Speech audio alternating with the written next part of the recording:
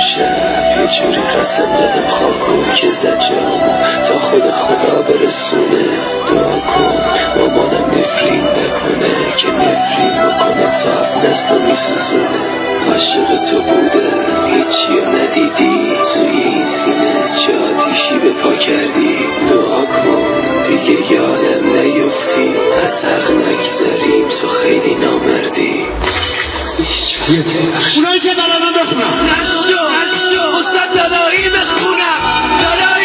لالایی دردونه یه قلبم. لالایی کنار شاروم بخوابی. کجایی این شبا چقدر گریه کردم. لالایی گلای پونه و رازقی هنوز واسه مهراب مثل گل شقایقی. لالایی خوب بخوابی رو تن آقایی.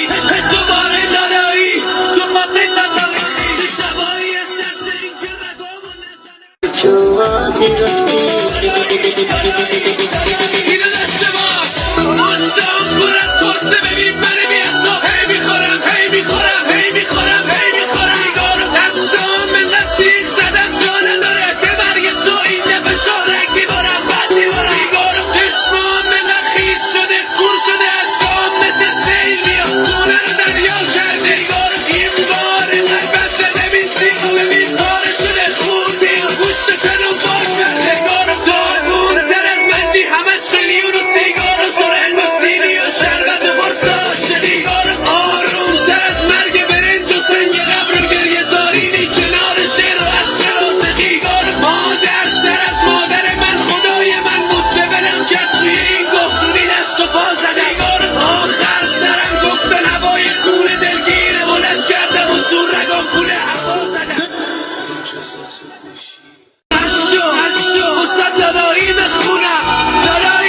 لالایی دردونه یه قلبم. لالایی کنار شاروم بخوابی. کجایی این شبا چقدر گریه کردم. لالایی گلای پونه و رازقی هنوز واسه مهراب مثل گل شقایقی. لالایی خوب بخوابی رو تن آقایی. دوباره لالایی تو قابل لالایی شبایی احساس این که رگامو نزنم. دعا کردم خورشید بیاد و فردا شه مامان اون روز نزدیک همه میگه